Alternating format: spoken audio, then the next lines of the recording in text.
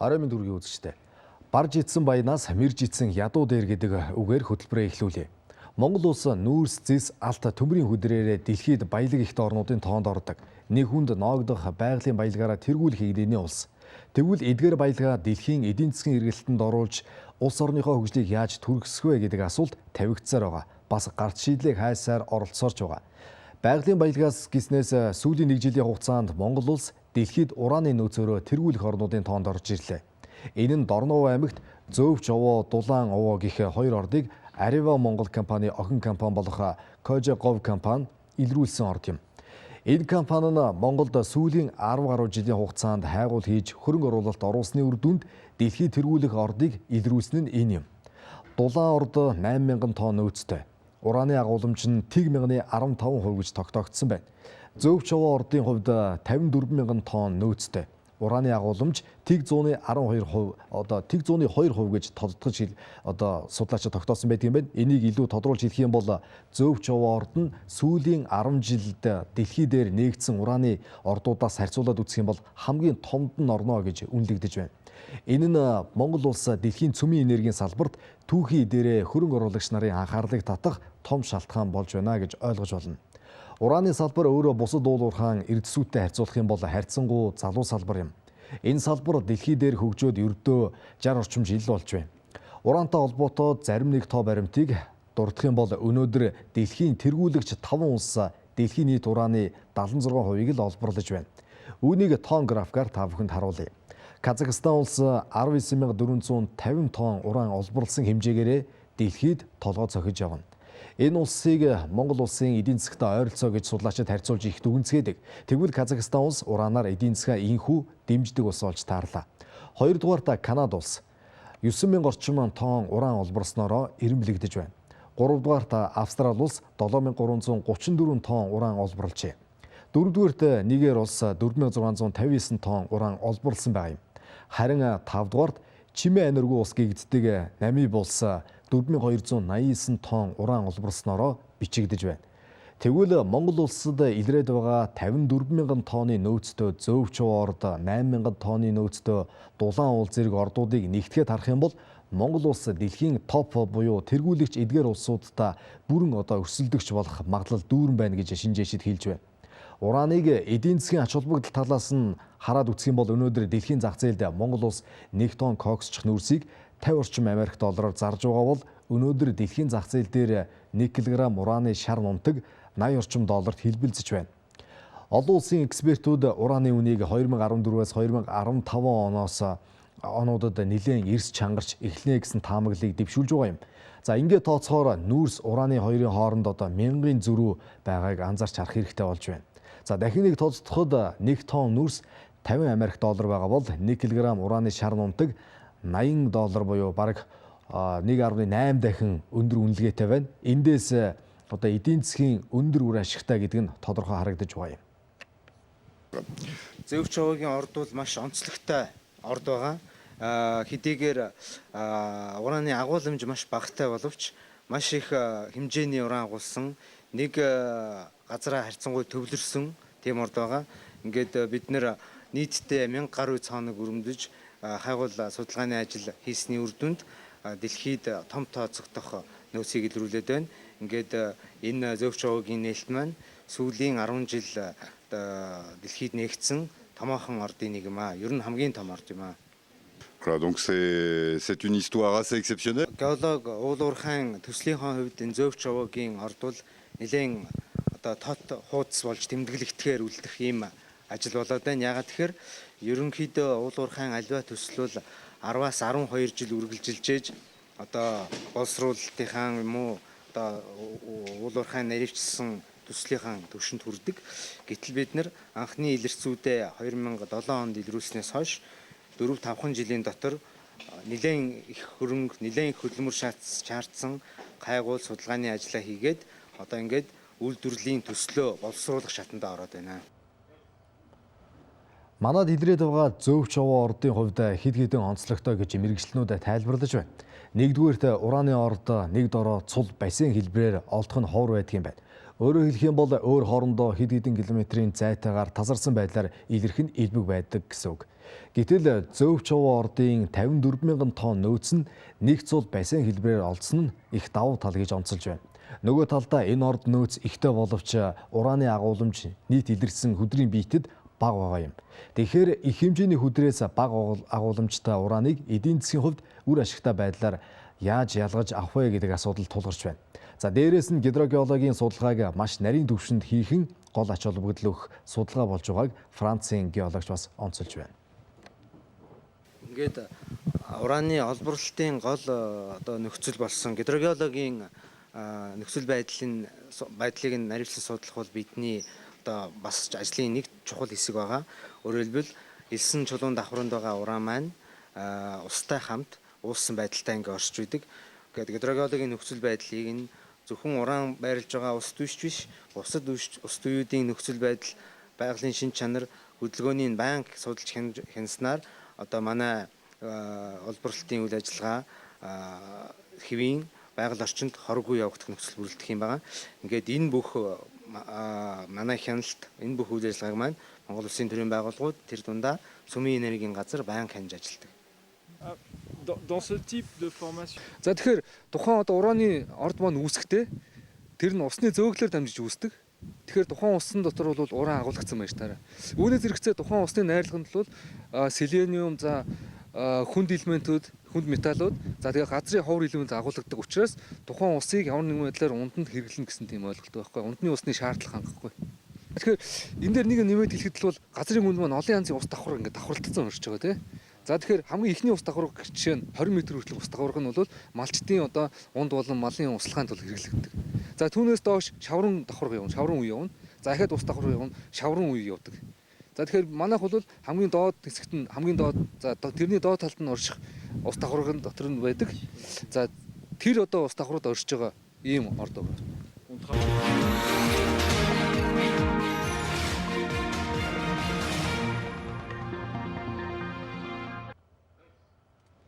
Монгол улсад өнөөдөр хүчин төгөлдөр мөрдөгдөж байгаа хууль эрхцэн орчинг аваад үзэх юм бол хувийн хөрөнгөөр хайгуул хийгээд олдсон ураны ордын 34%-ийг Монголын дүр шууд үн төлбөргүй эзэмшихээр хуультай. Хэрвээ төсвийн хөрөнгөөр хайгуул хийсэн бол 51%-аас доошгүй хувийг төр эзэмших хуулийн зохицуулалттай юм. За энэний жишээг та бүхэн бас сүүлийн чиглэлүүдэд уул уурхаас хамааралтай талтсан мэдээллээс тодорхой дүгнэж хууль эрхцэн орчинг бас сайн мэдэх болсон баха. За энэ хуулийн дагуу Зөв Чувуу орд болоод бас дулаан уул овоо ордуудын урааныг эдийн засгийн эргэлтэнд оруулах Areva Mines компанийг үүсгэн байгуулж энэ компани 34%-ийг Монголын төрийн өмчид Мон Атом компани эзэмшиж үлдсэн 66%-ийг Францын Areva Group, Японы Mitsubishi Group хувааж эзэмшихээр гэрээ байгуулсан байдаг. Тэгэхээр Монгол улс Франц, Япон гэсэн дэлхийд туршлагатай тоглогчдод нэг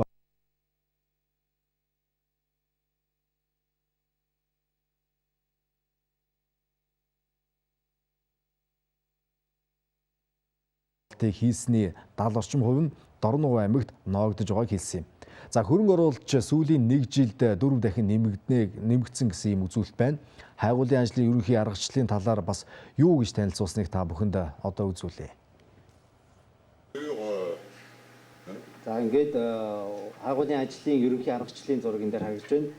Одоо уран агуулгадж байгаа элстэй ус дүй маань одоо ойролцоогоор дунджаар 150 м-ийн гүнд оршдог. Энэ элстэй энэ усан дотор зөвхөн уран биш бүх төрлийн металл уулсан байдаг. Энэ нь бол хүн байтугай мал амьтны унтанд ч тохирохгүй ийм ус дүй байдаг.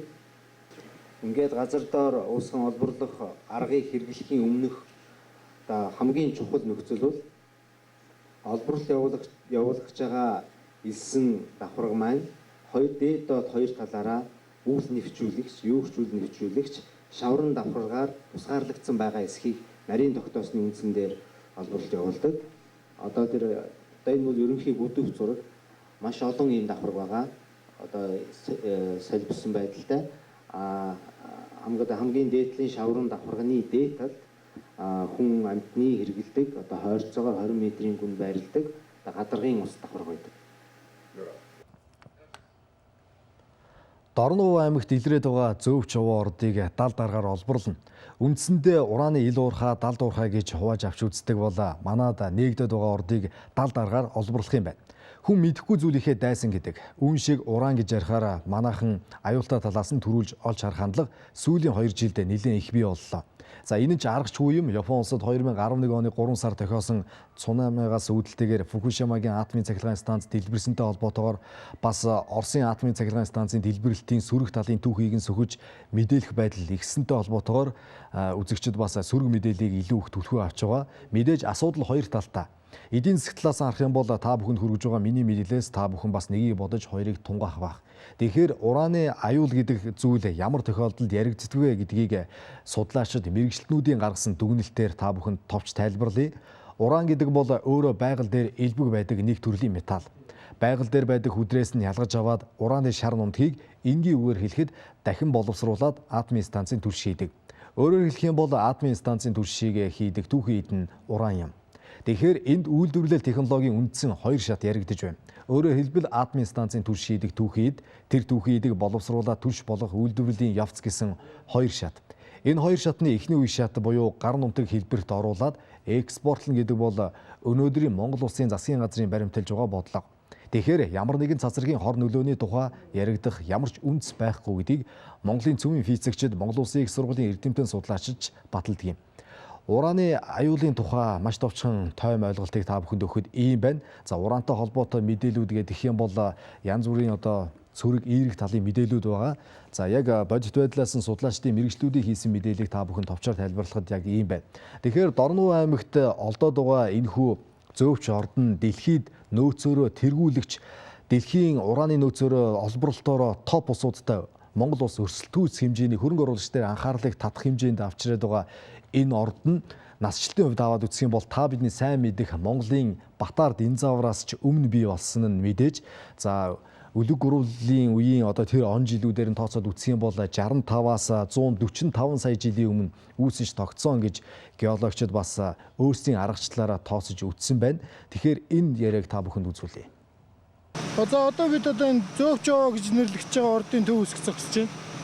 За энэ нь бол нөгөө нэг 52,000 тонн ураны нөөц тогтоосон. Одоо энэ өргөмжлөгийн машин бол яг энэ ордын төв үсгийн технологийн туршилтын дээжлэлтийн өргөн дээр зогсож байна л да. За энэ геологийн үднээс ярих юм бол энэ орд маань уран сайн шандын ураны дүүргийн зүүн баянгийн бассейн амрагдах тийм орд байгаа. Тэгээд энэ ордын нас маань дээд сэрдийн настай 145-аас 65 сая жилийн орчмын тийм настай элсэн жолоонд хуримтлагдсан тийм орол бураант төрлийн орд юм ба.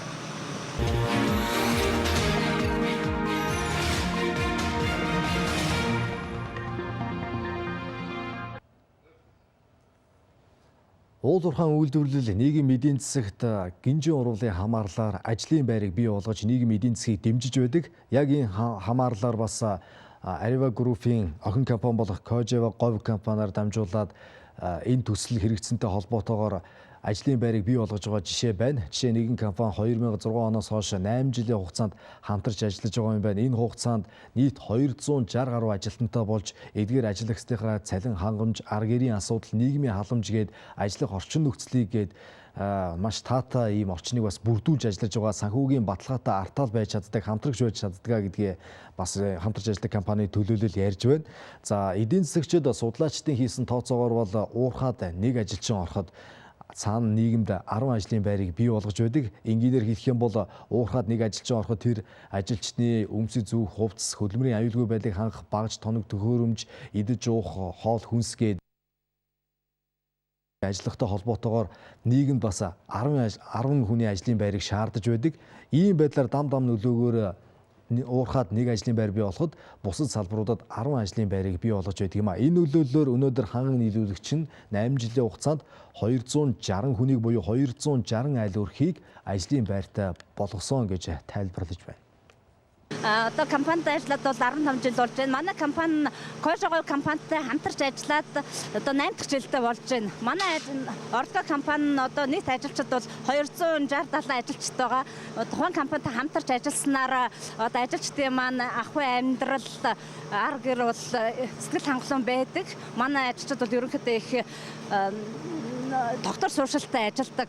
Ихэнх ажилчид одоо үндсэн мастерууд гэхэд чинь бүгд одоо байр орон сууцтай, туслахууд бол машин хэрэгжүүлэн одоо хангамж бол ар гэр хангамж маш сайн байдаг. Энэ бүхэн бол Кожогойтой хамтарч ажилласны хувьд бол манай ажилчдын одоо ахуй амьдрал нөхцөл нь бол маш сайн дээшилж байгаа. Кожогой компани нь болохоор манай тавьж байгаа шаардлага нь бол нэгдүгээрт тэ хөдөлмөр хамгаалал, хүний эрүүл ахуй, хоёрт одоо байгаль орчин нөхөн сэргээлт, тэгээ гуравт бол ажлын бүтээмж хамтарсан гэрээнийхээ дагуу ажил үүргээ одоо гүйцэтгэхийг шаарддаг. Тэрний дагуу бид нар ажил үүргээ хийж явдаг. Орон нутагт уул уурхаан төслөх хөтөлбөрүүд хэрэгжихэд эерэг сүрэг янз бүрийн л одоо хаалт болтууд байдаг. Сүрэг тал нь гэх юм бол орон нутгийн ард иргэдтэй ойлголцох, тэдний нийгэм эдийн засгт нь хувь нэмэр оруулах, амьдралд нь дэм болох асуудлууд сөхөгддөг. За энэтэй холбоотойгоор энийг хэтрүүлж хэрэглэх аймгийн удирдлагууд нь бас баяр наадмын үеэр, ой ёслолын үеэр мөнгө төгрөг нэхэх, үүнийг дээгүүрээ говьчуулах гэх мэтлэн асуудлууд яригддаг. Гэхдээ Дорногов аймагт бол энэтэй холбоотой Францын Areva Group-тай одоо холбоотой хамтарч ажиллаж байгаа байдал дээр бол иймэрхүү сүрэг талын байдал бол одоогор бол ажиглагдахгүй байгаа юм байна. Өнгөрсөн 8 жилийн хугацаанд бол их эерэг хандлагатайгаар ажиллаж ирсэн гэдгийг бол аймгийн удирдлага нь ам бардам хэлж байна. Ер нь бол Areva Group нь бол ундны усны чиглэлээр, байгаль орчны чиглэлээр, боловсролын чиглэлээр төслөх хөтөлбөрүүдийг санхүүжүүлэхийг илүүд үздэг юм байна. Нийгэмд одоо холбоотой тус орон нутгийг хөгжүүлэх тал дээр төслөх хөтөлбөрүүдийг, жижиг дунд үйлдвэрүүдийг санхүүжүүлэх тал дээр бас анхаарлаа хандуулж бас цаашид ажиллах тийм шаардлага гарчиж байгаа. Учир нь орон нутгийн иргэдийн зүгээс бас ийм хүсэлтийг тавьж байгаа учраас бид нар бодолцож үзэж байгаа гэдгийг бол компани төлөөлөл ярьж байна. Орон нутагтай хамтран ажиллах талаар аймаг, сум, багт орон нутгийн зөвлөлийг байгуулан хамтран ажиллахаар болоод байгаа. Хөрөнгө оруулалтын ажлууд бол хийгдэж байна. Ирэх 2013-14-17 онд хэрэгжүүлэх төслүүдийн орон нутгийн доктортой хөгжлийг хангах төслүүдийн талаар харилцан ярилцж байгаа. Сум орон нутгийн удирдлагуудаас бол дэд бүтцийн тал дээр хамтран ажиллах саналыг бол ирүүлдэг. Орон нутгийн иргэдээс бас жижиг дунд үйлдвэрийг дэмжих хамтран ажиллаач гэсэн саналууд бас ирүүлдэг. Areva Group-ийн үндсэн чиглэл бол ундны ус, байгаль орчин, эрүүл мэнд, боловсрол гэсэн чиглэлүүдээр одоо төсөл хөтөлбөрийг хэрэгжүүлэх тал дээр түлхүү анхаарч ажилладаг.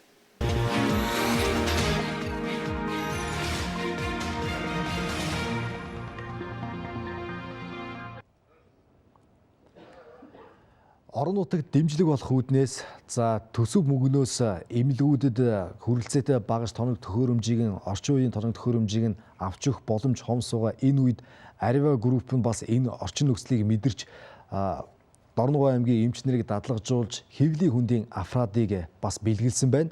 Ханд үсэн гэж ойлгож болно. Хэвлийн хөндийн дурангийн афрадыг өгснөөр эмч нар нь энэ афрадан дээр ажиллаж орон нутгийнхаа ард иргэдийг эрүүл аюулгүй амьдрах за хот бараадаж одоо хэвлийн одоо шаардлагатай тоног төхөөрөмжөөр эмнэлгийн үйлчлэгийг авах боломж байдаггүй байсан бол бас нэг юм дөхөмтөө хэрэгтэй тоног төхөөрөмжийг нийлүүлсэн гэдгийг аймгийн удирдлага хэлж байна. Тэгэхээр энэтэй холбоотойгоор бас хүүхдүүдийн тал дээр гэх юм бол одоо Дорногов аймгийн хүүхдийн чуулганыг зохион байгуулахад нь ч гэсэн Areva Group бас бүх талаар нь дэмж тусалсан байна. Гэх мэтлэн нийгмийн шинжтэй төсөл хөтөлбөрүүдийг төрийн байгууллагуудтай хамтарч төсөв бүгнээс гарч чаддаггүй, хаалттай, болттой хүрэлцээгүй байдаг энэ үед нь ч гэсэн уул уурхаан төсөл хөтөлбөрийг хэрэгжүүлж байгаа ураны салбарт ажиллаж байгаа Францын Areva Group санхүүгийн дэмжлэг үзүүлдэг гэдгийг нь Дорногов аймгийн удирдлага бас хэлж байсан юм а.